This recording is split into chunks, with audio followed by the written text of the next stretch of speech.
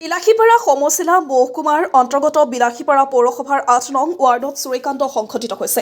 বিলাসীপাৰা পৌৰসভাৰ ৮ নং ৱাৰ্ডৰ মিৰাজ চৰকাৰৰ ঘৰত জানিব পৰা মতে এই চুৰিকাণ্ড সংঘটিত হয়।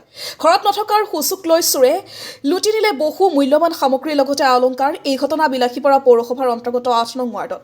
ঘটনাস্থলীৰ পৰা জানিব পৰা মতে ভুক্তভোগীয়ে যোৱা ২৪ নৱেম্বৰত ঘৰত তলা লগাই বিশেষ কামৰ বাবে কলিকতালৈ গৈছিল। ঘৰত নথকাৰ সুযোগ লৈ ২৬ নৱেম্বৰত ৰাতি চোৰে ৩০ লক্ষাধিক টকাৰ সা সম্পত্তি লুটি লৈ যায়। ফোনযোগে গম পোৱাৰ পিছত ভুক্তভোগীৰ আত্মীয় আৰক্ষীক অৱগত কৰে আৰু আৰক্ষীয়ে তদন্ত কৰে। পিছত ভুক্তভোগীয়ে তদন্তকৈ ২৯ নৱেম্বৰত বিলাসীপাৰা নিজ বাসগৃহত উপস্থিত হয় আৰু বিলাসীপাৰা আৰক্ষী চকীত এখন এজাহাৰ দাখিল কৰে। এতিয়া কথা হ'ল এই ঘটনা সংক্ৰান্তত আৰক্ষীয়ে কি পদক্ষেপ গ্ৰহণ কৰে সেয়া সময়তহে লক্ষণীয় হ'ব। বিলাসীপাৰাৰ পৰা জহুৰুল ইছলামৰ report, north east frontier news.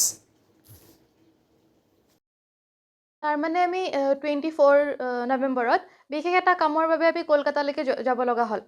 তো কলকাতা যোৱাৰ পাছত 26 নৱেম্বৰত ঘটনাটো ঘটিলে। 27ৰ ৰাতিপুৱা 11:30মান বজাত মোৰ বৰমা হয়, বৰমাহঁতৰ মানে টিনেনজনে ফোন কৰিলে। ফোন কৰি পেলাই ক'লে যে তেওঁৰ ৰুমৰ তলাটো ভাঙি পৰি আছে তলত। আৰু তেতিয়া মোৰ ভণ্টিক ফোন কৰিছে। মোৰ ভণ্টিৰ লগে লগে ক'লে যে আমাৰ ৰুমৰ কি অৱস্থা।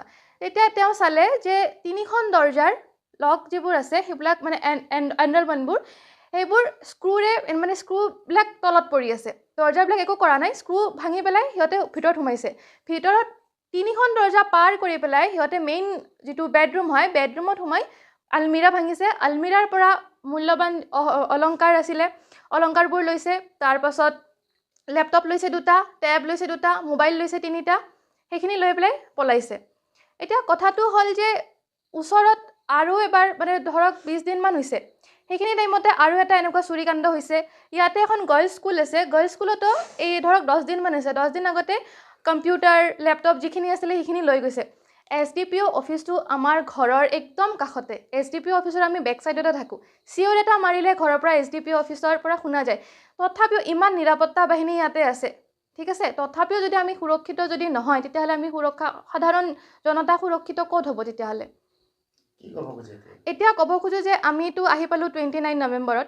29 নৱেম্বৰত আহিয়ে আমি লগে লগে FIR কৰিছোঁ, লোকেল থানাত লগে লগে FIR কৰিছোঁ।